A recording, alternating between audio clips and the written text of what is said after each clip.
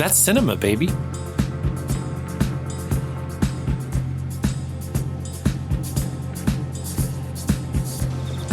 Mr. Wilson.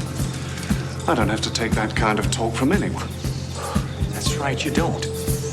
How about going outside and trying to kick me around? I'm not supposed to fight with the guests, Mr. Wilson. I'm not a guest tonight, you yellow bastard. I happen to be an intruder. Greetings, and welcome to The Good, the Pod, and the Ugly, a film podcast where we pair movies to gather a better understanding of the filmographies of notable directors and actors. Typically, we use one artist or creator per season. And sometimes we have guests. I'm your co-host, Thomas. I'm your other co-host, Ken. And I'm your other co-host, insert your name, Ryan. I'm Ryan, your co-host. I'm glad that we went scripted this season, guys. Your other co-host, Ryan. I got it. Well, here's where we do that bit where we say you may know us a bit from our other podcast, which, I don't know. I think we need to think of time as a resource like oxygen. Mm-hmm. Keep this shit short. It's been getting long and bloated, guys. So, you may know us from our other podcast, Wired Science. Itself a spinoff of our popular Let's Get Physics Cool, but for the adult audience. As it's hosted by Kenneth, Ryan, myself, and a sex chatbot as your fearsome foursome of exploration and experimentation. We cover recent science news, but also go deep into the annals of science. Is that a typo? No, it says annals. No, annals of science. To cover everything from biological cell structures, the cytoorgasm inside of a cell, the menage a trois inside of it, the organelles, topics like special relativity of step siblings, and quantum approaches with a primer to statistical things like standard devastation. But for physics, we talk top and bottom spins, basics like molecular chains and bondaging. One episode, classic video of the aughts, we talk about the two gluons and one coupling. And then sometimes we get into things that are happening, like the GIMPs that were discovered by the Large Hadron Collider at the Porn Observatory. And, oh man, this is bad. Okay, but we also do space because we're going to just keep going because these things are, you want to hear about Christopher Nolan, but we're going to talk to you about the stars and constellations like Ursa Major, also known as the Great Bear, Rectulum, Pegasus or Peg, Labia Minor, Scrotum, Sextans, Pissus and Stranus, aka the South Fish. These are all real. I'm just mispronouncing them. And those planets in our solar system, including Neptune and Mars and Jupiter, and planetoids like Pluto, rimming our outer limits. God. And occasionally we'll get into the many moons of Saturn like Fluffer, Chubb, Gonzo, Fisting, Reverse Cowgirl, Wilbur, and Snowball. I actually don't think some of those are moons, guys. But here on this podcast, The Good, the Pod, and the Ugly, we do a deep dive on the creatives. We pair their films in usually a temporal pincer movement, and we talk about the backgrounds of the films, add our insights. We have covered films from the directors of classics like Blubberella, Prophecy, and Hook. So, but who are we talking about this season, and particularly this week, Thomas? Well, this is Nolan Void, season 12. We have special guest Amy Chaplin. Chaplin Amy. Chaplin Amy. Okay, well, I'll just kill a little bit more time. We have special guest Chaplin Amy, and we're on the second part of our pairing with Batman Begins, which will be Interstellar. Woo! Interstellar. Yeah, his probably Nolan's two biggest daddy movies, I'm going to say. Yeah, so 2014, Interstellar. Same year as In the Name of the King 3, The Last Mission, Left Behind, Jersey Boys, American Sniper, and Noah. And I left Noah for last because we'll talk about that a little bit later with Chaplin Amy. Chaplin Amy? Okay. Well, are we talking about Nick Cage embarrassment Left Behind or Kirk Cameron masterpiece Left Behind? I just need clarity here. Oh, well, I think I ended up watching both and reading the book, but this was during our Nicolas Cage season. Okay. I watched both and did not read the book. And yes, they're both masterpieces of. They're both pieces of something. I honestly haven't seen the Nick Cage one. It is fucking terrible. Yeah. It's pretty bad. But today we're talking about Interstellar. Yeah. Interstellar. Hey, wait. Okay, guys, before we start, are you Case team? I'm sorry, are you Team Case or are you Team Tars? Oh, Team Tars. Really? Yeah. Which one's which? Which one's the Tars is the one that makes it to the end. Oh, Spoilers, that's right? offensive. You can't tell them apart, dude? No, I just Fuck you, man. Podcast over. listen, I amongst all of us have great respect for our robot friends and soon to be authorities, but I just simply get their names mixed up if I'm not in the context of the movie. I actually have problem remembering most character names. I just think of them as like, oh, that's Matthew McConaughey. He's going into space. So, Thomas, as someone with face blindness, can you tell the robots apart? I mean, it's their personalities and the way they move. Yeah. Okay. Case is a right. lot older and more mature. Mm-hmm. And Tars is A little bit of an upstart. yeah. Which one's the A little bit more smartass? Which one has a mustache? Which one I is don't remember the that. smartass? I think one of them should have a mustache, though. It'd be easy Yeah. to tell them apart. That would Especially be if he better. was like going undercover. Yeah, little drawn on mustache. Uh-huh. What is your guys' experience with this movie? Did you see it in theaters? How many times have you seen it? Et cetera, et cetera. Thomas?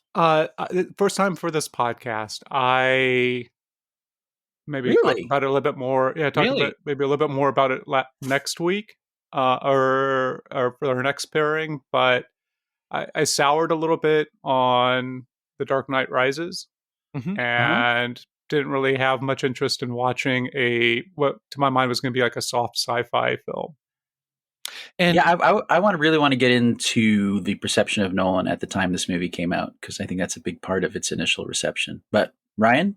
I also want to say, you were also cool, Thomas, on, or at least cooler than many of us were on Inception.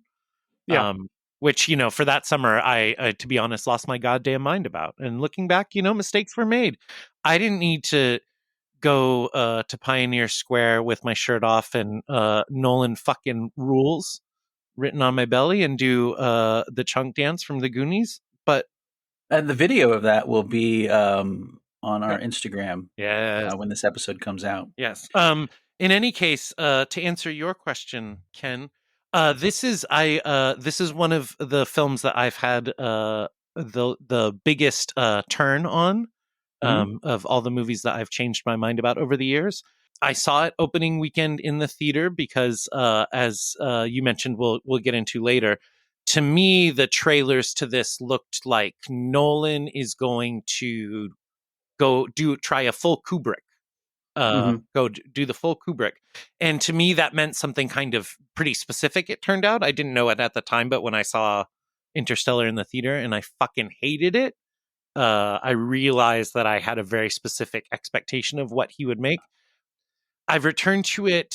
It was probably my third or fourth time seeing it during the pandemic that I decided that this was probably my favorite Nolan movie and one of my favorite movies overall. And I'm not quite as high on it now, but I still Spoilers. It is my favorite of his movies.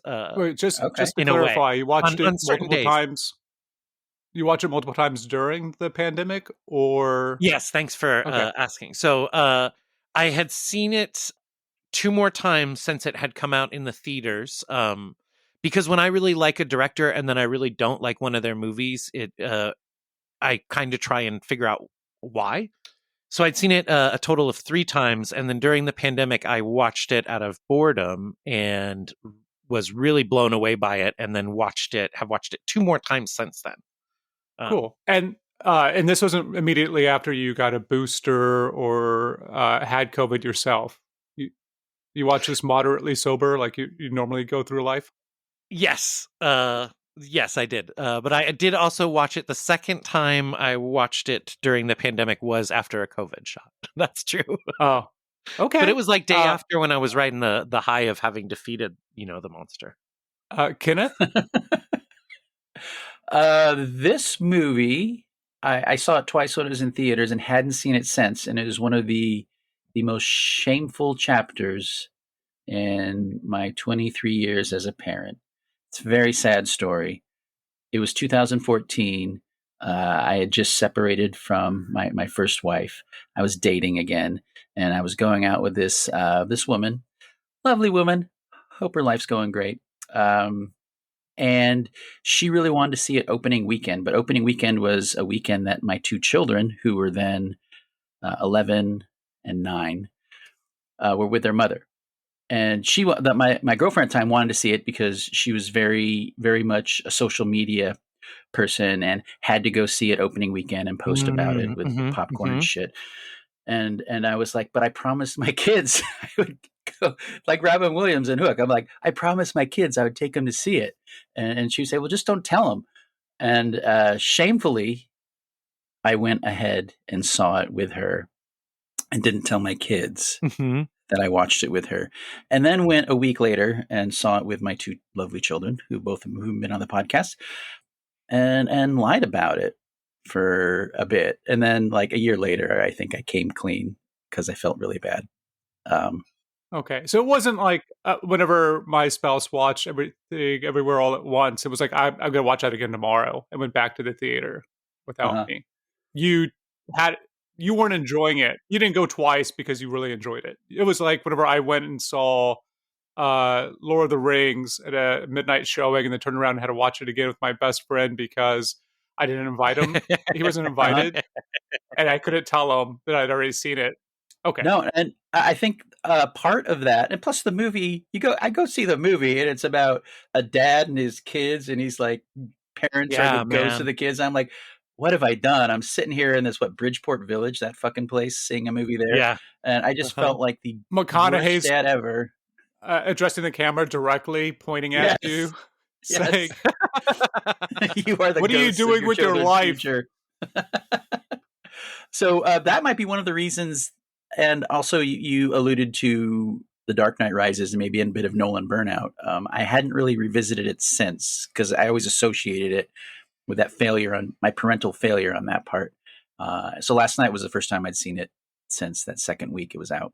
That Ken, the having a kid is also the thing that happened in between me really not liking it and me coming around to really loving it. So I can see how that would have weighed heavy on you in the theater at the time. And it's certainly all of the McConaughey biz works much better for me now that I have a child. Oh, for sure. And the fact that both of my kids are now adults, and obviously I look exactly the same as I did 10 years ago.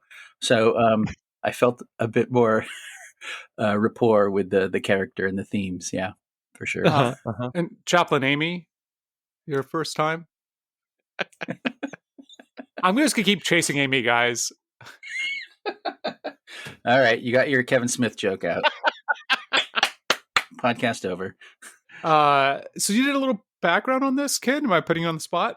No, I did a deep dive on the original script. I didn't, because I watched this movie last night. I forgot how fucking long it was. I thought I had time to actually read the original Jonathan Nolan, physicist Kip Thorne script that was developed by Steven Spielberg in the late aughts. Actually, 2001, but keep going. Okay. Well, I mean, the script that was referred to and that I read a little bit of was from 2008. And how different it was once Big Bro you know Chris what? I'm sorry. You're right. I said, is this 2001 rewritten by Spielberg? Oh, you know what? Well, the original version is quite fascinating. The Jono and Kip Thorne version of Interstellar. And when it eventually didn't go, Christopher Nolan, apparently recommended by Jonathan Nolan, even though he was the biggest director in the world, took over and changed quite a bit of it, in fact, past the first act, really. If you think of the first act as the portion on Earth, which is kind of the same, has a lot of the same beats, some different characters and some different plot points. But once they take off, it is a completely different story. Yeah, I read that the middle portion of it had Jonah's version had no, this is not. I'm not lying. I'm not making shit up. No, I know where you're going. Okay, this is what I'm reading from Tom Schoen's The Nolan Variations. Jonah's versions had Cooper landing on a single ice planet where he finds mine shafts dug by the People's Republic of China's robots, a machine that changes the direction of gravity, a fractal alien creature who absorbs sunlight, etc. Wow. Amazing. Yeah, the movie opens with a neutron star smashing through a galaxy far, far away. It ends up with an item that lands on Earth that Cooper finds. Earth is very similar in the first part that it is in the Christopher Nolan version, and then he ends up basically going off into space, despite the fact Murph is a boy. And they go to an ice planet on the other side of a wormhole, which is created by some sort of sentient alien species, they believe. They go to a single ice planet, and they find out the Chinese have already been there for years because Michael Caine's character is the one that found the object 50 years earlier, and the Chinese also found something similar. So they already dug a bunch of shit in the ice planet because every day there's some sort of solar event that irradiates the surface of the planet, and those little fractal creatures you're talking about actually absorb it, and that plays an important part at the end of the story. But the Chinese all died because of the radiation. There is a treasure that they find Really? in this galaxy that's called a treasure, and it turns out to be a 4,000-year-old space station because of the timey-wimey stuff that robots from the original Chinese expedition built, and it's big enough to house, 1 billion people. Wow. It is pretty nutty, and the end result, the big difference that Christopher Nolan brought thematically, other than plot wise, which is quite a bit, is that there is a sentient alien species that's kind of pushing us along towards utilizing gravity, much like in the Christopher Nolan version, to build spaceships and arcs and space stations and whatnot. But most of it has been done before the story really starts because the Chinese already went there. And I think what Christopher Nolan did, for one thing, is make it all unknown. And the exploration part of it, not having been trod upon before, is a really important part of the story. And Jonathan Nolan's was more a straight up adventure. It sounds like, and then this happens, and then this happens, and then this happens.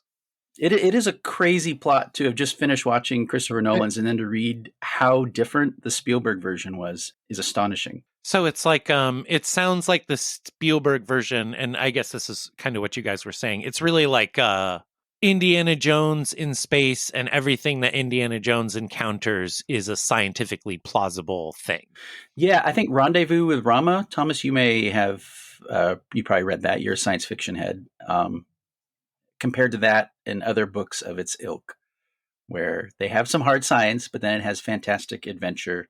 And a lot of people liked that version of it. And a lot of people who in 2014 watched Christopher Nolan's and had read the original Jonathan Nolan script were not in favor of Christopher Nolan's changes, which is weird in retrospect. But I mean, it seems like the very Nolan changes. Chris changes. Sir Chris changes, which, it's interesting. I wonder, in like a parallel world, and DreamWorks didn't leave with Paramount, and Paramount had the script rights, like what that would have been. Mm-hmm. Do you have a synopsis before we get into the weeds of the actual movie, Thomas? Sure. All right. I'm looking forward to this one. As we have been going a little bit long, so I'm just going to try and cover most of what happens in it. As in many creation stories, we begin with dust falling, books, knowledge, and cutting room floor footage of a Ken Burns documentary. Cooper, played by Matthew McConaughey, a widower living with his father and boy-girl pair of school-aged children, one farmer dumb and one astrophysicist planet-saving smart, is a frustrated farmer himself who once flew for NASA before the world became a dust bowl. Cooper's daughter Murph, played initially by Mackenzie Kristen Foy, whom you might remember as portraying Renesmee Cullen in our coverage of the 2012's The Twilight Saga, Breaking Dawn, Part 2. That is Renesmee. Incredible. Wait, is that her? I gotta go watch. You guys can finish this up. I gotta go watch that. I got to go watch that one right now. Okay. But Okay. the character Murph is also played, for reasons you'll shortly learn from me if you didn't do your fucking homework and watch the movie before listening to this episode, played by Jessica Chastain, who you might remember as portraying Maya from our coverage of Zero Dark 30. Yeah. And even later in the film by Ellen Burstyn, who you might remember portraying last season Dr. Lillian Guzzetti in our coverage of The Fountain. Yeah. Wasn't she always also in? Requiem for a Dream? Yeah. Yeah, of course. Like, that's a role that she more remembered for. But she was also in The Fountain. Oh, that's the joke. Okay, the joke was the Fountain. Okay. Yeah. Sorry. Kind of like how I didn't say Uranus earlier whenever we were talking about planets. Ken was worried there. He almost interrupted to make sure you got to it. Oh, I think I just It was a figure out the great bit. buzzer. Okay, so continuing with the plot. Anyhow, young Murphy, daughter of Coop, detects coded messages in books knocked off her shelf and later in dust, which her father will take seriously, and decode this binary message in the dust that will lead them to a secret base with what might be the best character in any Nolan film, TARS, an army robot shaped like a Zippo or military-grade iPhone. This machine, Nolan didn't call them robots, interrogates Coop about where he got his coordinates to the secret base. Spoiler, TARS gave it to him. But TARS is a blowhard, and we are introduced to another hiding father pair, that being Michael Caine from our Tenet episode, last pairing, and Anne Hathaway from Devil Wears Prada episode. Both are Dr. Brands. Younger Dr. Brand will be sent into space through a wormhole with Coop and 2 red shirts, while older Dr. Brand will stay behind working on Plan A, taking the population of the planet Earth to space? While Plan B is the opposite of an abortion pill, as it will have the 4 astronauts, Coop and crew, impregnate an inhabitable world with new humans. How we know there is an inhabitable world is because it was a wormhole that has opened up just past Jupiter, and wormholes aren't naturally occurring.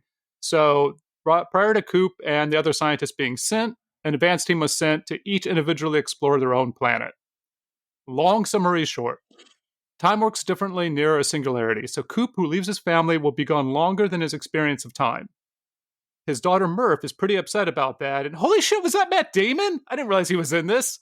Well, he's a bad guy. Matt Damon. And things go badly. Murph is the same age as Coop at one point, because Earth's time is like a reverse high school. Man, they get older while he stays the same age. Right on, right on. And the other 4 astronauts, of these, only the 2 biggest stars, McConaughey and Hathaway, survive past the perils of the Jason Bourne in space. Then Coop possibly sacrifices himself in case, not cool, to return through the black hole while Dr. Brand goes to a planet to repopulate it because there was never a plan A in the first place, if we were to believe Tom Ripley from 1999's The Talented Mr. Ripley in Space. Coop gets caught in a tesseract or something where gravity can influence the past because dimensions, and he leaves a message for his daughter and himself, and that is the message in the dust from earlier. And when he wakes up from being crushed in the singularity, maybe Ellen Burstyn is his daughter, and they're living on a gravity-powered ship heading towards that wormhole, but he's living on that ship in the farmhouse we've seen back on Earth, carefully reconstructed because that's a good use of limited resources. But he meets his daughter, who is dying of old age, Ellen Burstyn, but she's making the troublesome voyage all the way out to visit him just to tell him a few seconds into her hospice stay to leave her be with her family and go find Dr. Brand, aka Catwoman. We'll get there next week. So they can have, presumably, an instant family on a new planet, hopefully with some more robots. I like the robots. Yeah. That was wonderful, Thomas. That was fabulous. I was hoping for Bilbo Baggins in space, but yeah, well done. And you did skip a part. One of the great things Sir Christopher Nolan did was the planet nearest the black hole, where time goes differently, and they have the timey-wimey stuff where 1 hour on the planet equals 7 years. Yeah. Yes. That is such a dramatic and wonderful conceit, to have a ticking time clock when they're just going to a planet to find some debris. brilliant because every minute they're there, you're like, God, you got to get back. You got to get back. Everybody's going to Well, be all Earth is going to be gone by the time you get off the planet. one of the things that Mooney in his Christopher Nolan book says is what's interesting is that when the change from Jonah is making it 2 planets, right? So it's no Yeah. longer just an ice planet, but also a water planet, because Nolan really likes to have people nearly drowned or drown, as we saw in the previous 2 films we covered. And there's going to be more of that later too. Yeah, and also the big change in, I mean, the ice planet in Jonah's version, was already had some houses built by the Chinese. So it's like, hey, man, free housing. So and the Matt Damon version of the ice planet and him having sent false data so someone would come there is a complete change. no, it's extremely And fun. one thing that occurred to me is Matt Damon's character, his shallow, craven pettiness in doing that is very reminiscent of Robert Downey Jr.'s character in Oppenheimer, where something so big is Yes. undermined by just their petty humanness. Yeah, and it's also the I think of it as, and I think of this as a newer archetype of character that's been introduced to sci-fi maybe since the 21st century. But do you guys know Sunshine by Danny Boyle? Yes. Uh-huh. The captain in that movie, who I can tell from Thomas's voice he's not a fan of, but the captain in that movie is a manifestation of this human death drive, this desire to just achieve annihilation. And I feel like Nolan's version of Matt Damon and Robert Downey Jr. are kind of extensions of that role. Yeah, maybe. I mean, taken together, as maybe an average, but I do think that Damon's character does think that he's gone crazy, of course, but he also seems to think that he might be doing the right thing ultimately.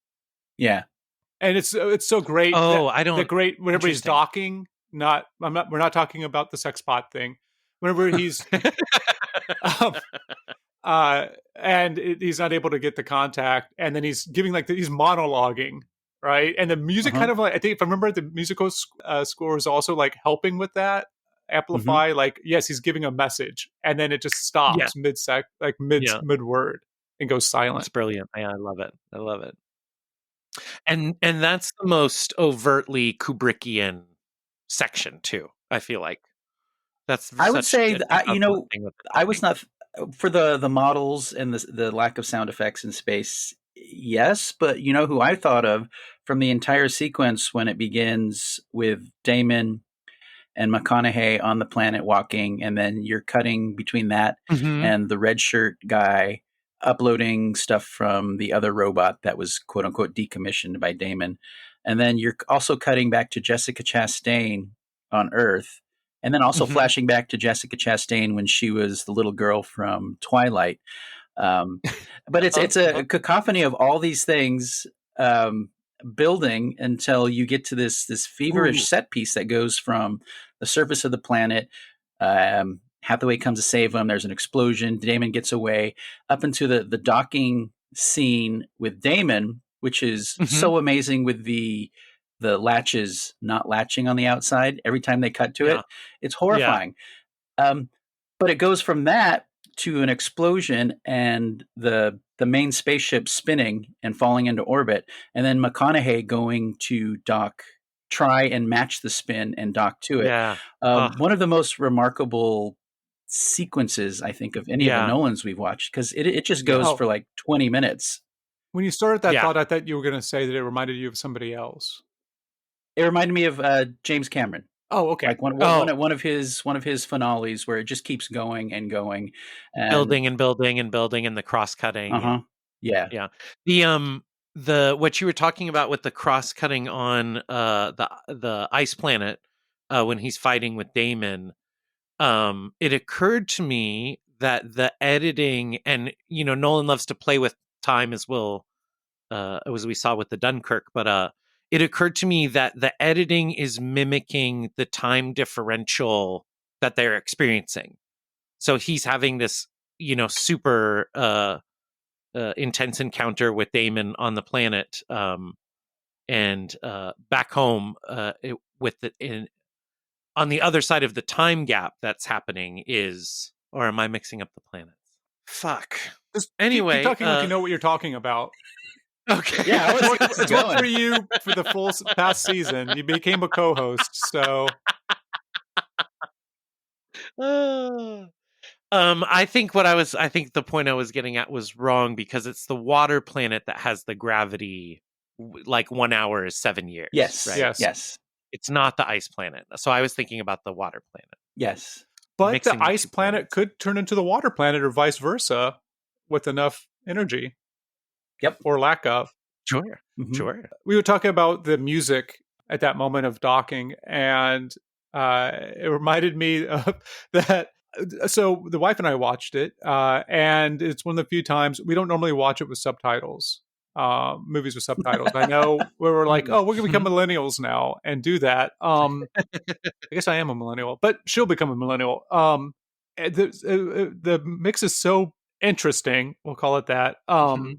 That a cinema in Rochester, New York, put up a sign, and it said the sign said this: "Please note that all of our sound equipment is functioning properly. Christopher Nolan mixed the soundtrack with an emphasis on the music. This is how it is supposed to sound." Yep. Yeah, I hated the way it sounded in the theater. So from the beginning of doing this season, I'm just watching the movies with subtitles on. Yeah. It wasn't even a question. It's like I'm not even going to bother with the whole Nolan sound mixing thing. And so I watched this with subtitles. And I didn't have any fucking problems. So Thomas, this was your first time. I want to know what you thought. What are your reactions to this movie? Because I'm thinking it's far different, maybe than my third time or Ryan's 17th time. I think for a lot of the movies that we've talked about so far that I'm kind of indifferent to or ambivalent about. So I think Dunkirk I might have liked better if my first viewing was on 35 or IMAX. Maybe that's why why I like Tenet so much, is it imprinted on me because I saw it on the screen first and I had my full attention. I enjoy a lot of the sequences in this film. I do not like the I don't like that Love is a Dimension, or that the Nolan brothers like did a remake of The Lighthouse in space with the Reeves and Bullock. Keanu Reeves and oh my god, I never thought about that. That's amazing. that's what I kept thinking about whenever he's in the Tesseract, or whatever that interdimensionality is that and so it's competently made. Right. It's long. The end is terrible to my mind, but not as bad as Sunshine. Like, I don't think he fucks up as badly as Boyle does in the last bit. I love the ending of Sunshine, but it is an acquired taste for certain. Yeah. Yeah. Well, I think my feelings on this movie have changed quite a bit. I'm also fascinated. I want to talk a little bit about why Zoomers have kind of claimed this movie as their own, and it's so popular within, Zoomer movie people. And not just my son, because he hadn't watched it since 2014 either. But he talks about how everybody he knows, this is like one of their favorite movies. Wow. But wait, is it because of that change that Chris made to the original to have helium put on the planet, so that on planet Earth, so that by the time Chalamet gets older, his voice will have risen a few octaves? It's about just farming, Dad. Yeah. Chalamet as young Casey Affleck is really good casting. Really good casting. But I think this might be Nolan's best movie, rewatching it last night. I was literally blown away by my perception of it from 10 years ago, and then watching it within the context of these other Nolans, of just how fucking good everything is. And the way we've already talked about numerous times, the way Nolan with casting and just glossing over stuff, how kind of dumb stuff, it's just, you moved on to something so quickly that you almost forget about it. Like McConaughey and Young Murph's introduction to the whole NASA thing is really silly. Yeah. It's like they're in a boardroom. It's like, hey, let's open up this boardroom wall. And then 2 minutes later, it's like, I think you should be the pilot. And but we're also and in I a like we're also in a spaceship right now. I don't know if you knew that. right. Yes. And it's so ridiculous and but it just moves and it focuses on the emotional connection between McConaughey and his daughter, and then when they're at home, and it's kind of silly because she stows away when they are looking for the location that the drone gave them, and she stowed away, and then when he's leaving to go on the fly in the Yeah. spaceship, it's the same thing, and he looks under where she Yeah. had been hiding and she's not there, and she runs out and she can't say goodbye. It's silly. But then it doesn't cut to any training or any this is the mission. It's just it's there in the spaceship and it takes off. No, I enjoy that sequence a lot. I could have used maybe her not running out, Uh-huh. but still, yeah, just the fake out of maybe she's under there. Yeah. And then that cut is a great cut. Like I think so. Mooney in his the Nolan variations says, "Here's what you don't see in the first 40 minutes of Interstellar. We don't see any TV reports of the environmental blight that has poisoned the atmosphere and turned the 21st century Earth into a coast-to-coast dust bowl. We don't see any panic reporters stuck in the looming dust storms, explaining how badly the corn crop is going to be hit. We don't see any Mhm. presidents or high-ranking officials Mhm. convening urgent conferences to discuss the global environmental apocalypse or ordering NASA to find new hospitable planets for the human population." And yeah, like, oh, that's fucking great, right? Like, what he doesn't do Mhm. probably speaks more, some ways more than what he actually includes. Mhm. Yeah. Yeah. Yeah, and I am really fascinated by the changes he made, both adding the every hour is 7 hours water planet 7 along with years. that Yeah. 7 years. And then the Matt Damon character is really what sells the movie for me because like Ryan was saying, it may be a type now, I don't know, but you're not expecting it, and Damon was not in any of the press for this movie, so it was supposed to be a surprise for everybody, unlike Robin Williams in Insomnia, where everybody knew that he was going to show up in an hour. Yeah. Yeah. When Matt Damon shows up, I remember in the theater, everybody was like, "What the heck? It's Matt Damon!" It was a real great Seven moment. Yeah, You know. yeah. And then his character turning out to be so cowardly is amazing, and the fact that there are no aliens, that everything that happens is human created, Yeah. Yeah. very secular as some people have called it. There's no outside intelligence helping us. We are very much alone and the agents of our own survival within the context of the movie is And what's that? oh, I didn't want to interrupt. Yeah, You I'd finish. really like to hear Chaplain Amy's view on Yeah. that. So Chaplain Amy, I queued this up in the Mooney book, Christopher Nolan. Interstellar is perhaps the clearest expression on Nolan's humanism. In many ways, it could be read as a pseudo-religious film, right down to the dominance of the organ on the soundtrack. Organ, of Mhm. course, being the musical instrument, not earlier pun. It's been described as a secular end times myth. Mhm. Interstellar arrived at the time when major Hollywood studios were attempting to figure out how to construct biblical epics for an increasingly agnostic audience, as demonstrated by the arrival of both Darren Aronofsky's Noah and Ridley Yeah. Scott's Exodus, Gods and Kings. And both of those being the same year as Interstellar. Mhm.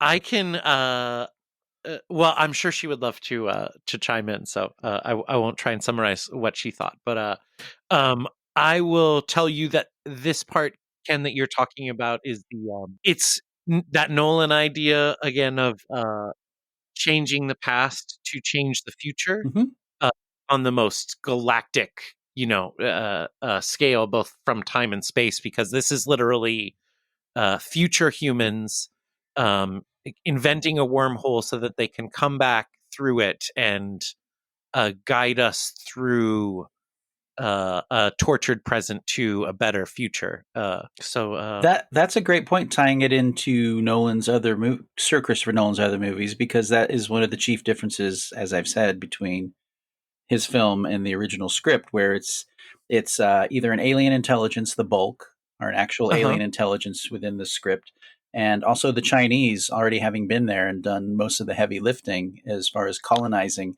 planets. Right, right. There's no helping hand here, but the one that they create themselves. Yeah, And I think that's I didn't mean to cut you off, Ken. no. Go ahead. Two, That was yeah, just like the music. That was just like Zimmer's music being cut. uh, two parts to that. One, I'll probably go to my biggest complaint second, but the first part, going back to that Mooney thing, Mooney book, he says that this is his most American film, perhaps, Christopher Nolan's, Yes. because Yes. there is no international effort. It is all NASA and Manifest Destiny. And so there is no cooperation with other nations. There's no even, Yeah. like, it's strictly Americans in space. There was as American as you can get shooting in Canada. And Iceland. And even more so, Thomas, the international effort that Damon led, that all failed, right? Because of because of NASA devolving in the public's mind, imagination and stuff, and yeah. Oh, wait. I want to jump the on that. decay of No, international I want to jump on regulations. that. Yeah, go So for it. Go for it. One of the moments I love, and I do not know if it works in this film, is when McConaughey has to go to school. He's like, sorry, I'm like a flat tire. Yep. And Yeah, they're like, yeah. your daughter's been talking about us having been to the moon. Yeah. And he's like, what we did? He's like, no, we didn't. We all know that was propaganda to make the Soviet Union bankrupt, exploring a space mission. And we need to focus here on Earth.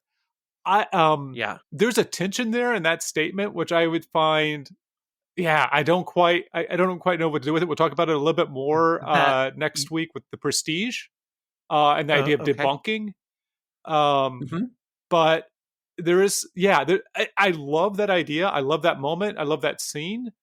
But also, I'm like, well, that isn't really really like. That's where isn't that exactly where we're headed right now, Thomas? Isn't that? But that's why I think I like it. But at the same time, I'm like, okay, but really, like, I don't think that would be the case. Oh, I see. You're more of an optimist than I am, I suppose. 100%, probably. I'm with you, Ryan. I don't think that's where we're going. I think that's where we are. You think we're going to be watering lawns with Gatorade or whatever? No, but I think I do think that the end game for space exploration currently is that it is a private capitalist endeavor to space mine and stuff like that, and publicly funded and financed space exploration and settlement programs will be what are not a thing that will ever happen. But Elon will build worker camps on the Mars. He'll build space arcs for all the rich people to get off on. Wasn't there a movie about a giant space arc? We're not doing that podcast. I want to do a recommendation. I was planning on saving it later, but I think there's a great book that I've read, and I don't read many books, to be fair.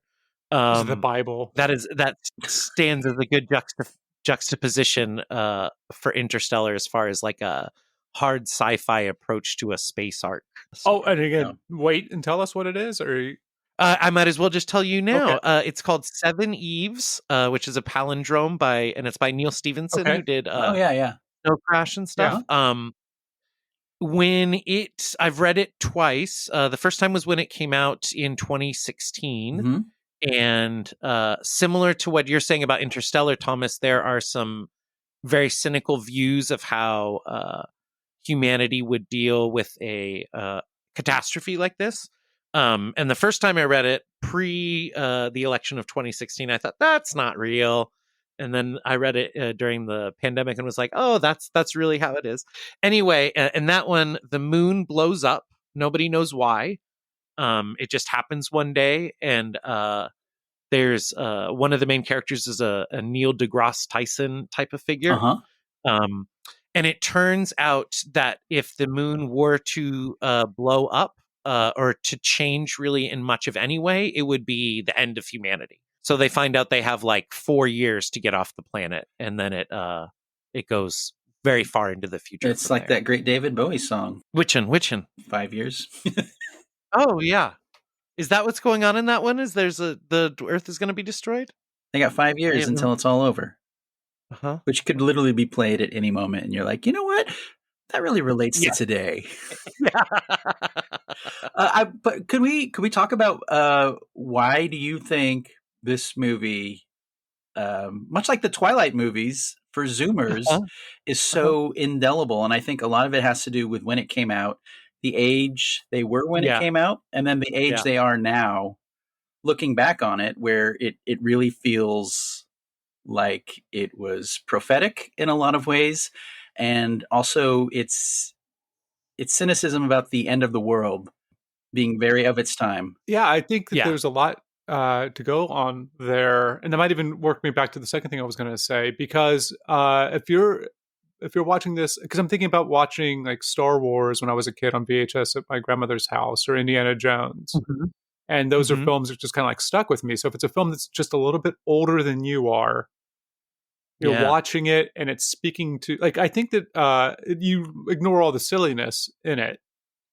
Like, you're like, oh yeah, the Force makes sense, kind of, right? Like, and so you're watching a film where if you're about the same age as Coop's kids, you identify with that.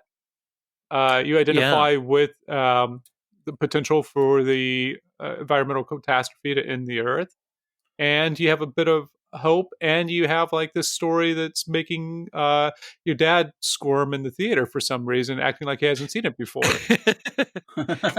And, I think to add on to that, Thomas, I think that's all a very sounds very true. But this is also the type of movie where if you did see it and you were maybe 11 the first time, and then the next time you see it when you're 14, you're gonna pick up on more of what's going on. And as you age, you're gonna understand more about the science and more about the characters. And so you could watch it several times before you come to the limit of like what a new watch might reveal as you get And older. I also think that having the parent character McConaughey stay the same age as time kind of goes ahead of him.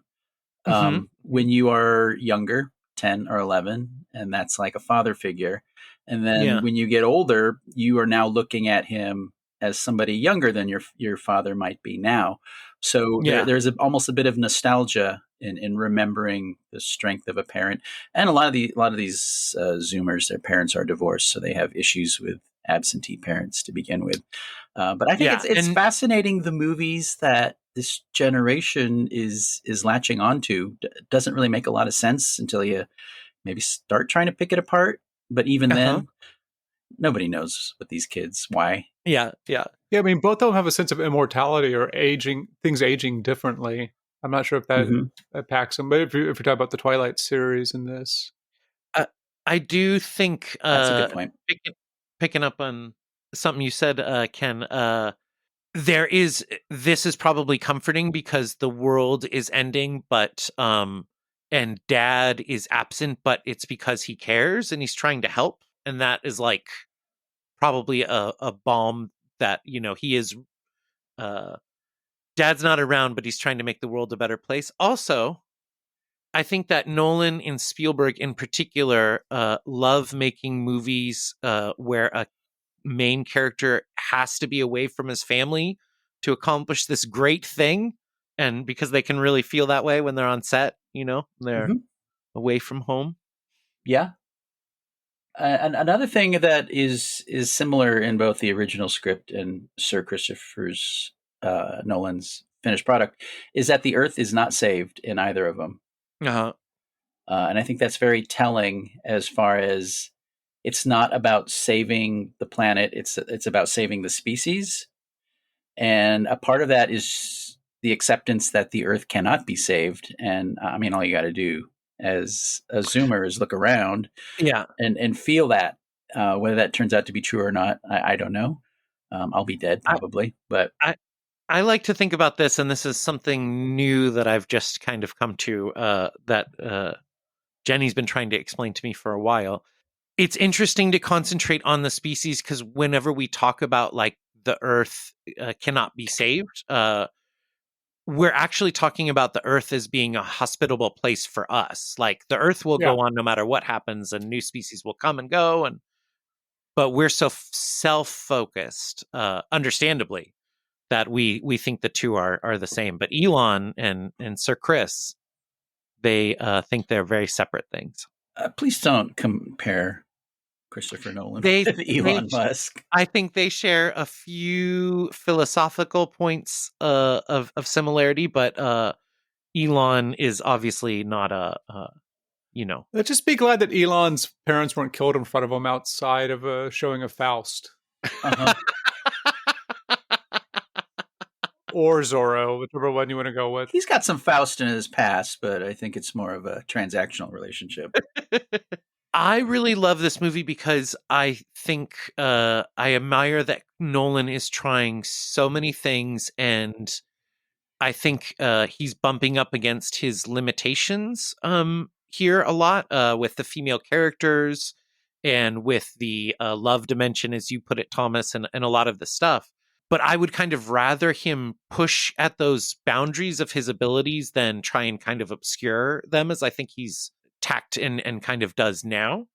And then for all the silliness, I mean, that scene, particularly obviously after having a child, but when McConaughey does get back from the water planet and watches those videos of his kids, It's that rough. is the Uh-huh. most emotional scene for me in maybe any movie. And that's total like dad energy. I get it, Mhm. but Oh yeah, totally, it man. really hit. It really That hit. I feel the same way. And I think Nolan going for something emotional, I'm not sure if there's a lot of that in any of his other movies. hmm I mean, he wants you to kind of cry at moments in this movie, and I don't really get that from the other movies we've watched so far.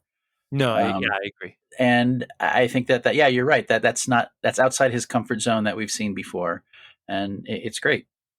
Go ahead and try I don't something. know. It's hard for machines to cry. It is. It's true. But definitely going So for here's that. That's the Spielberg component, right? yeah, Yeah. here's maybe my biggest critique of the film, or maybe why it doesn't work very well for me. And I think we've touched on it a little bit.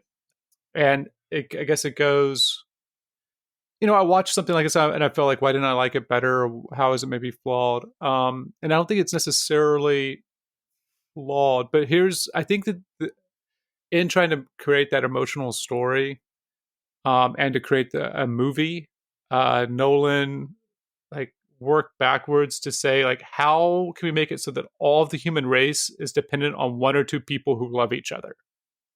Yes. And the fountain kind of does that, but like in Yeah. a way that's like very in front of you of like, yeah, this is like nonsense, right? But there's something in Interstellar where it feels like, yeah, the whole messaging with gravity going through the wormhole, all this is going to make sense so that one person can save the world. And I don't It, believe one person saves the world. And so that I think that starts to rub up against me, like yeah, all the machinations that have to happen so that I story agree. is told. So I watched this with last week's guest, Jack, last night. He's a big fan of it, obviously, and he brought up Nolan and the fascist elements of Batman, Yes. and comparing it to this, where it's one guy that we're dependent on one guy, and I don't necessarily think that we are dependent on one guy so much as he is just the protagonist and the hero and the one guy that does it. It never feels like we are putting, as a people or a planet, are putting all their faith in one guy. What So I think that narratively, I mean, he's the hero of the story, so of course he's the one that does the stuff. there's a couple things I think that are happening which is that is trying to make it is his most American movie, and the American blockbuster template has this very strong, rugged individual man at its center saving us, whether it's Die Hard or Indiana Jones or whatever, but then it is very much in the, and I don't say this as a loaded term in this instance, but it's a Randian, an Ayn Rand sort of setup for him, where our dude is out there on the farm, and he has been exiled from his proper place in society because society has turned against these smart and strong people by turning anti-science, etc. And then they come and say, like, you're the only guy who can save him, but that can save us, but also uh, all of the barriers, the system has put in all the barriers about the fake plan to save the Earth and all of this stuff. Like at every level, the system is trying to stop him from saving us, and he's got to overcome all that by himself. I don't know if it's so much the system is trying to stop him as the system has given up. And Yeah. its only recourse is just giving hope for something that the system has given up hope on. I think that's a very fair thing to say. So I will tell you the two big things that I do not like in this movie, and they're very petty. One is Michael Caine's goatee. It's like he has the same goatee 25 years later. Nobody keeps a goatee that long. And just putting him in a fucking wheelchair is not enough to age him. He looks exactly the same. Give him a big bushy beard. That'd be great. Yeah, that'd be good. Come on, man. And the other Let him- thing is Katie Holmes level acting from Topher Grace. Oh, he's given such a bad part, though. That's such a poorly written role. I do Well, love that he's such a dumb lady stereotype, though. You're right. That's a great. But why? I guess for the film, that's what is it? It's not quite his longest film, but it was before Oppenheimer. Uh-huh. Mhm. Like for a film that's as long as it is, which might have also turned me off from going to watch it.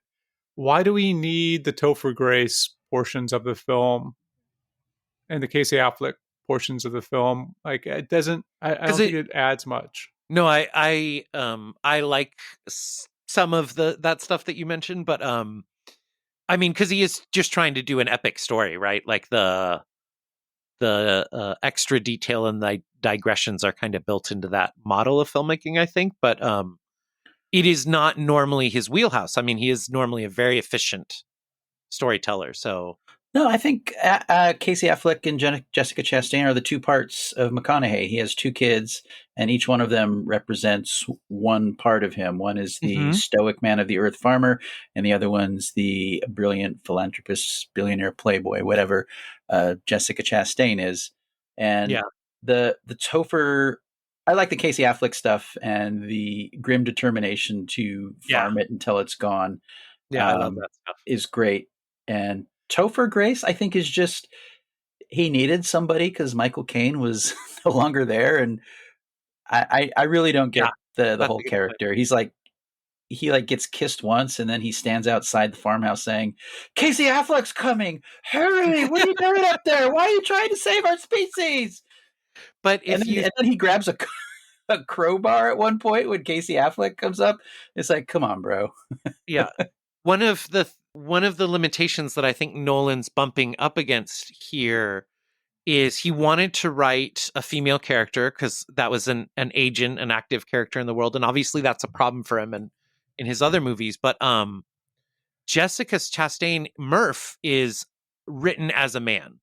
Everything that Murph does in the movie is gender neutral, and it's all the same stuff that a determined male character would do. And Topher Grace is the love-struck scientific assistant, who's like watching her hero save the world from the sidelines. Well, in the original Jonah script, yeah, you're right. Murph is a man, and also in the original Jonah. Wasn't that also Everything Everywhere?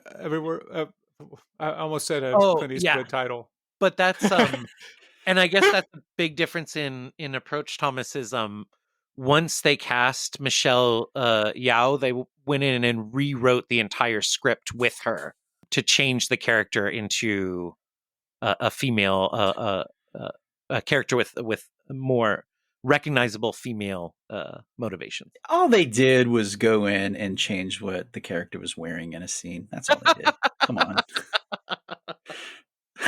This is it's like in a different font wearing a dress. But was there not, I guess this is the thing I was curious about for the Jonas script, and maybe we don't have the answer. Were there two boys then? There were two boys, and Cooper's character does not reunite with any of them. He reunites with his meets his great-great-grandson. It's very similar to the way McConaughey and Ellen Burstyn meet at the end of this picture. So yeah, we do not get the emotional connection of them ever meeting again. You don't get the stuff with the Tesseract, the giant library of someone's life, which is kind of weird, but it's pretty cool looking. And they explain it, and it makes about as much sense as the time travel in Tenet. So I'm okay After with it. It looks great and But it's the time cool. travel, And yeah, this is my problem. Like the time travel in Tenet, you don't need to explain mhm. right. to enjoy the film for me because it's an action film, Yeah. and this is a drama and is science supposed to be a science fiction film. And as much as I mean, like it feels like this is a film that maybe a substitute teacher puts on and says, "We're going to learn about science today." Yeah, yeah. I We go I through the can totally class, see that. Yeah. That'd be the I best think and fucking teacher ever. Come on. I do think that a lot of the themes and approaches aesthetically that he's going for, Thomas, are repeated in Tenet, and that Tenet is the version of like, I'm not going to try and hold your hand. I'm not going to try and turn this into a 4-quadrant crowd pleasing blockbuster for the whole family. Like, we're just going to do it, and you're going to either like it or you're not. We haven't even talked about this film being kind of the end of an era for Nolan because he made the 3 Batman movies, and then part of his arrangement was to be able to make a movie after each Batman movie. Mhm. And that's how we got The Prestige, which is one of my favorites. And then we got Inception, one of his biggest movies. And then this one, after The Dark Knight Rises, just a few years after. And they all kind of form a double trilogy of films made because of the other. And really, when he gets into Dunkirk, Tenet, and Oppenheimer are almost like Nolan finally free from all the Yeah. expectations and the contractual obligations of the Batman films. Ken, would you pull over? Yeah, Oh no, that I that don't think you was should. that was for my breakfast burrito. I'm sorry, guys. I do think that is I think this also sort of caps trying to do that more emotive classical kind of cinema, which goes along, I think, with everything that you're saying, Ken. But after this, it's just for him. If After you this, take Batman Begins to Interstellar, and I know Ryan, you sometimes like to think that the creators think of it this way. I'm not so sure. He just goes at whatever interests him. But it is sure. fascinating. His 3 subsequent films, Dunkirk, which is probably his most I don't want to say abstract, but It's like the most art for art's sake. the least commercial Yeah, film. And then you have Tenet, which, like you said, is almost like trappings of a blockbuster, but he's going to remove everything that you're kind of wanting from a blockbuster in a lot of ways. Also very abstract. I mean, he doesn't even have names for his fucking characters. yeah. And then you have Oppenheimer, which is in a lot of ways a big old classical historical film, but also a deeply cynical about human nature film. And done purely on his aesthetic terms. He's not. It is trying to have those movements of the big emotions of the classic dramatic epic, but he doesn't have scenes where Oppenheimer and his wife are crying and fighting and talking about how they The love Oscar each other. scene. Yes, he doesn't have those huge emotional melodramatic bursts. And I mean, I know I'm not going to go on a Quentin Tarantino rant. Let's pause and then pretend I just cut out 5 minutes of Tarantino rants. Okay. Okay. 5, 4, 3, 2, 1. Okay, now that I got Tarantino, I'm sorry, Wow. guys. I would say you really put your foot in your mouth there, but I we'll go love back that into another I love that Tarantino you're thing. setting up a feature series, Ken. But Great one thing feature. they have in common is they always talk about the fact that and I think Nolan talked about this maybe during The Prestige, where he really knows that he is putting on a show for people to be entertained or to get something from, and it always weighs on him to give them the best he can give them, to put on Yeah. a show, so to speak. Yeah. And I think Tarantino, he's always talking like, when people go see my movie, they're gonna know they're seeing a motherfucking movie. Yeah. Yeah. Nolan says it much more eloquently, obviously, because he's not looking British. Yes. British, yeah. But there is that sense that he understands, even with Oppenheimer, which we talked about at length, that there's a element of him that is going to give people a bit of what they expect, like the cheering, and not the cheering, but the end of Oppenheimer, which is triumphant, despite the fact that it's not. And if you break down the plot of Interstellar, it's pretty depressing. Yeah. And there is no alien life there to save us. There's no intelligence out there or Chinese 4,000 years of robots building a space station. We're just all on our own. No, we've got Case. And TARS. Yeah. And the fact that, in the Jono script, very humanoid. In fact, TARS, I'm not joking, TARS in the Jono script wears a straw hat. No, you're fucking kidding me. Nope, wears a straw hat. Just at the end there? When they're No, when they're on the farm? I don't know which section, but yeah. He has a piece of straw in his mouth as well. Yeah, Right. That's immediately what I thought, yeah. Very Spielbergian views of robots, and the fact yeah. that Nolan goes so far in the opposite direction and yet still creates maybe one of the most indelible film robots ever, Yeah. is a true testament to probably going to futurists and designers and saying, well, how would this work? Yeah. Yeah. And just like they had a bunch of different ideas for what those machines would look like, and then they like started build from those machines and then try and figure out how to puppet them. So because he wanted almost everything be as practical as possible. And if you get a chance to watch the second disc or the behind the scenes of it, or check out from the Multnomah County Library Interstellar Beyond Time and Space, you can see a lot of the puppet work that went into that and how much practical that they did to really pull it off, and you could feel the physicality of them as well. Mm-hmm.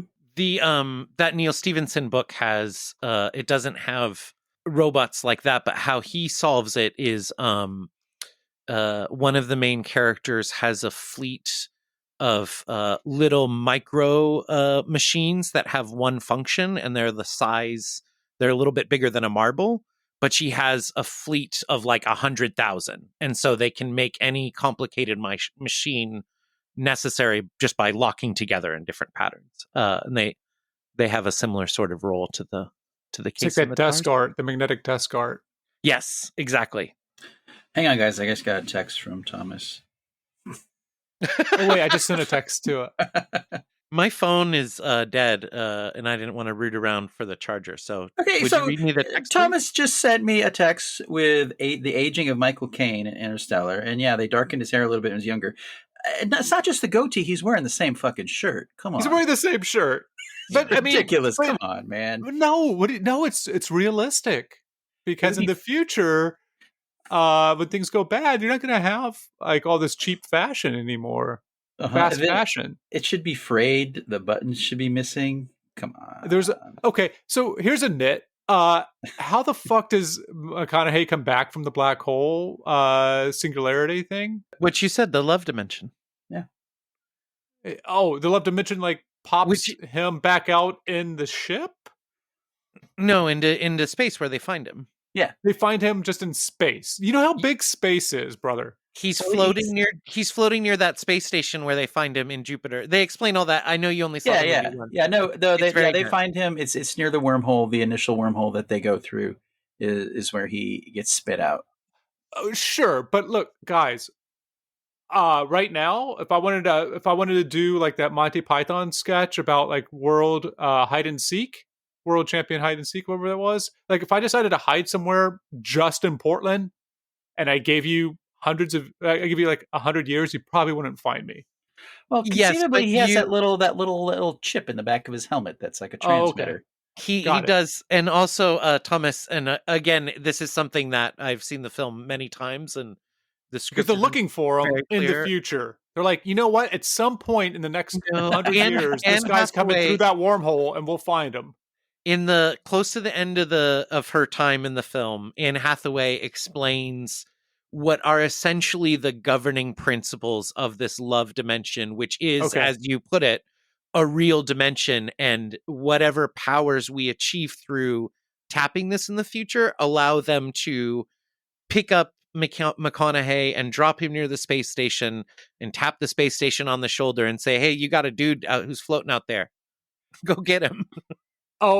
Because he gives her the design. She designs it so that he could do that, and also touch Hathaway's arm. Yes. The love, as she explains in the film, love is the most powerful force because it transcends time and space. And that's why Alan Burstyn's like, go back to the wormhole and have children with that nice woman I've never met. Or I met Yes, 80 years because ago. Nolan feels that he's done. And again, while I love the movie, Thomas, I think everything that I would not argue with anything that you've said about your problems with it. I think it's all there. And one of the things I like about it is that he's just showing you his belly, you know? Yeah, I do like that she's independent off on that planet with Case. Was it Case or Tars? I think it was Case. This case. like, yeah, walking. But in a way, I thought it might be better, and maybe it would help a little bit with just like, oh, this is more like a fairy tale. If McConaughey showed up and like took her out of deep freeze, Yeah, that would have been very sweet. It's true. and it would have been like a fairy He tale. doesn't. My interpretation of the ending, which is open-ended, like a lot of his movies, is she is going back to go into deep sleep. And it doesn't matter how long it takes him to find her. She's gonna look exactly the same with the same haircut because the brands don't really like changing their brand, I guess. Yeah. That would be my hope, that she awakens like Matt Damon, but with less cowardice. And I think it's also possible that he is dead, and this is like a heavenly fantasy that he Jacob's Ladder, but benevolent. Yeah. Fun. So, this is we didn't talk about the IMAX portion of this. This is the first time, I guess, that they decided, like, cinematographer was like, you know what? I bet I can put that on my shoulder. Yeah. Oh, that's because this is Hoyte van Hoyt, his first collaboration with. What a great collaboration those two have been. They ended up by the estimates, I think 70% of the shots are handheld that were done in IMAX. I do.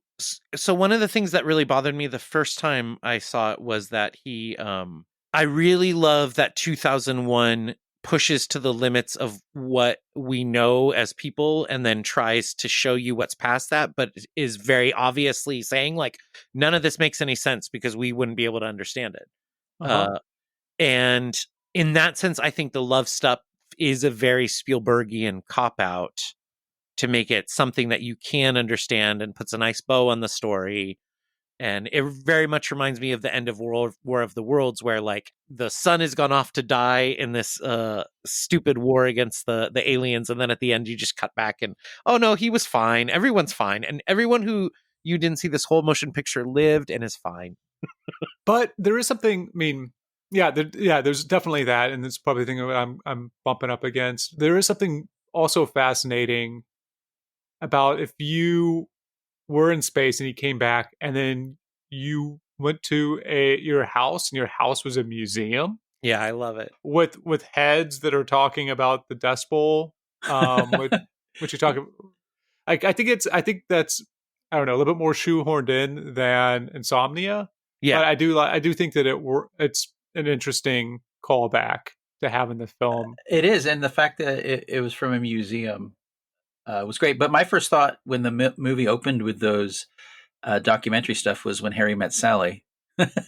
Oh, that's funny. Yeah, same. Okay, good. But then I was like, oh, maybe he's doing something. Then I was like, oh no, this is from the Dust Bowl in the States. I love that. Yeah. And then I was like, oh no, I was right. One thing that Chaplain Amy pointed out, and maybe she'll chime in here. You can let her talk. Okay. Come on. Oh, good point, Chaplain Amy. Yeah. Excellent. Thank you. Reframe the entire film for me.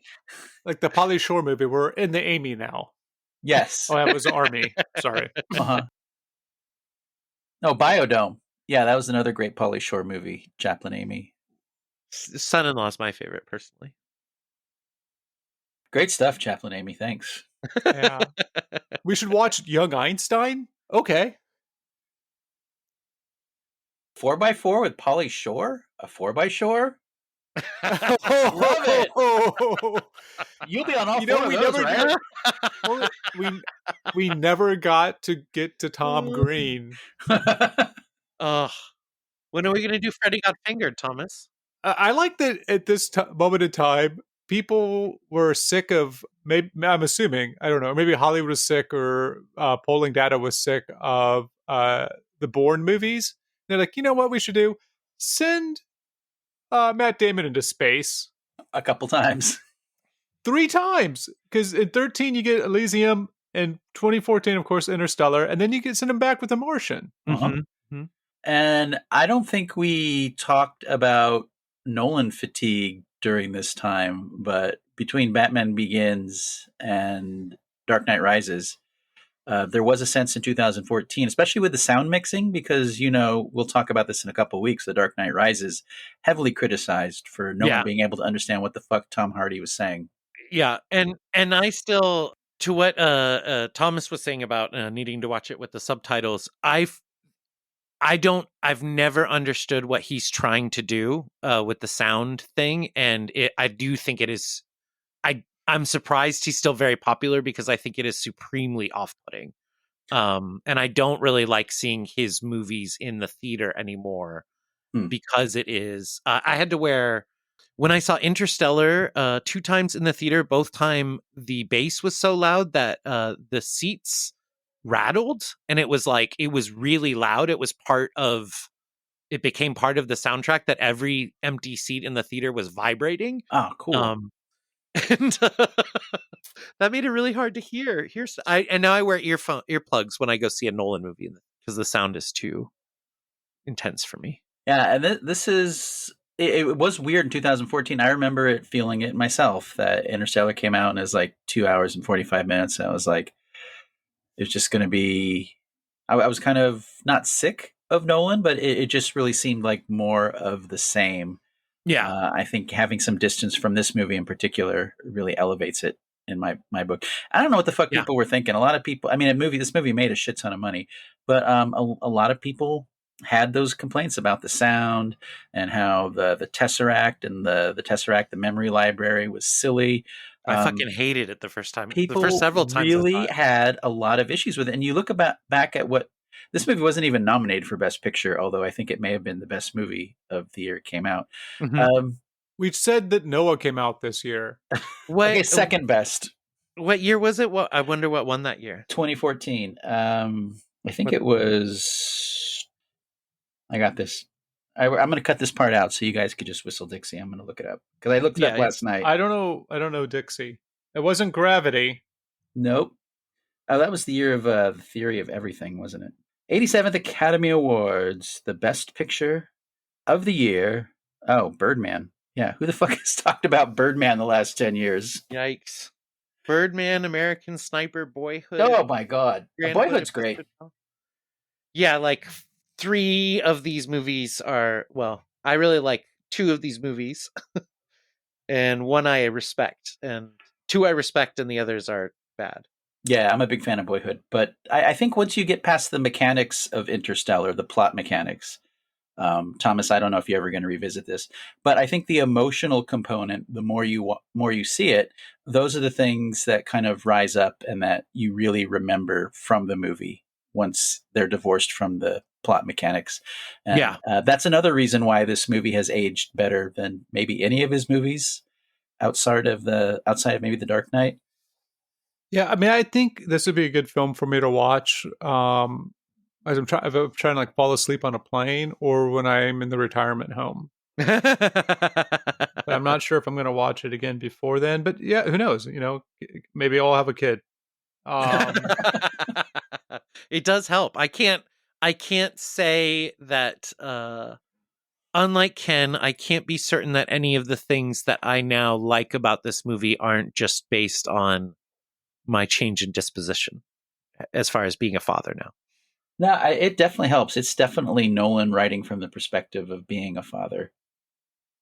This isn't like some 22-year-old or Spielberg making Close Encounters where he doesn't know what it's like. and trying to figure it Yeah. out.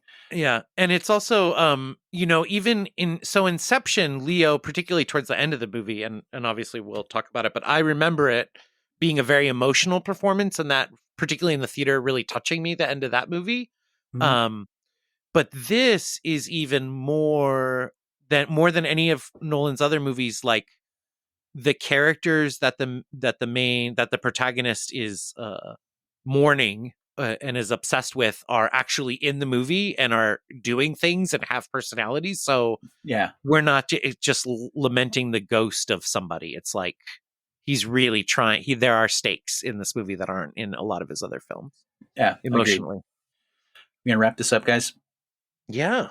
Thomas, Yeah, go ahead and tell us that was part 2 of. that was part 2 of our Nolan Void pairing with Batman Begins, and Interstellar. Get in, nerds. We're going into Stella. You can join us again next week where we talk. Let me see. That would be the second Batman. So no, it's third. not. Oh my goodness. Yes. Yeah, the third Batman.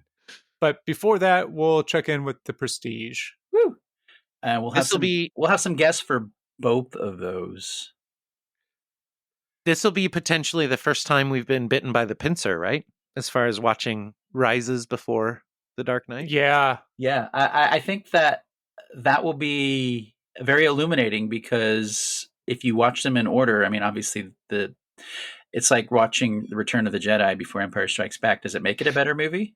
It might. Or I do have a theory about how it will. I do think that because The Dark Knight Rises is more fantastical and has some of those elements that are in Batman Begins, that it might play well. I think it plays best as the conclusion to Batman Begins, and so we'll see if I hope so as well. And I do think you're right that it does play as a sequel to a lot of the, and we'll talk about it next week. What am I talking about now? Yeah. Shut up, Ken. Yeah, cut that out along with the earlier Tarantino rant. Yeah. Okay. I will do that. But if you want to listen to Ken rant in text form, you can follow us on the social medias, including, you know what? No. If you, what would you do, Ryan? I was going to add to your bit, so I want you to finish doing your bit. Okay.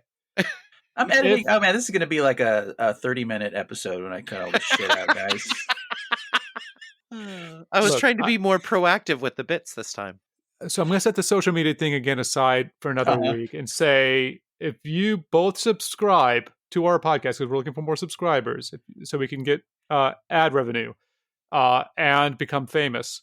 So if you both subscribe and can answer the following question, our very own Ryan, whom some are calling a less problematic Harry Knowles, but we here like to think of him as our resident Wesley Willis. If you lived in the 90s, maybe you know what I'm talking about. He will perform a song for you, mentioning your name on an upcoming episode, giving you a shout out. True. That question is, what's cinema, baby? That's cinema, baby! What's cinema, baby? So if you can answer what cinema is, send your answers to the good, the pod, and the ugly at gmail.com, or hit us up on Instagram or Facebook. Or you can now text us through Buzzsprout. Yes, that is true. Yeah, that's our hosting. That's who hosts us. Oh. That's our elegant hosts, you know. They always wear the tuxedos. That's and our the white Sir gloves. Michael Caine. Yeah. Thank you, Ryan, for the theme song. And Chaplain Amy, man. Wow. I'm glad I kept my mouth shut so I could just listen to your insight this episode. That was a lot of hot takes. I don't know. I mean, I'm sure the NSA and other people that you implemented will be okay with us publishing that. Yeah. Okay. Well, thanks, guys, and we'll see you for the Prestige. I'm gonna go listen to some of my 70s album from the Love Dimension.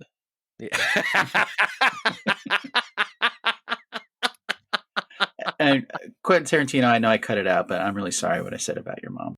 Yeah. It's nothing personal. It's all on me. All right. Bye, guys. It's quite a feat. I was trying to come up You with know a what foot. that makes us together? Good job. Together that makes us flash gorgeous. Flash gorgeous. I'm not talking at you, I'm talking to you. Flash gorgeous. I don't want to hear about you, I want to hear from you. It's 10-4. 10-4, buddies. Destroy. Kill all hippies. I don't hate it. I just don't know why you're straight from the formula. You bastards! You don't know it, Bob. I'm an artist. And I must reflect that in my rhyme.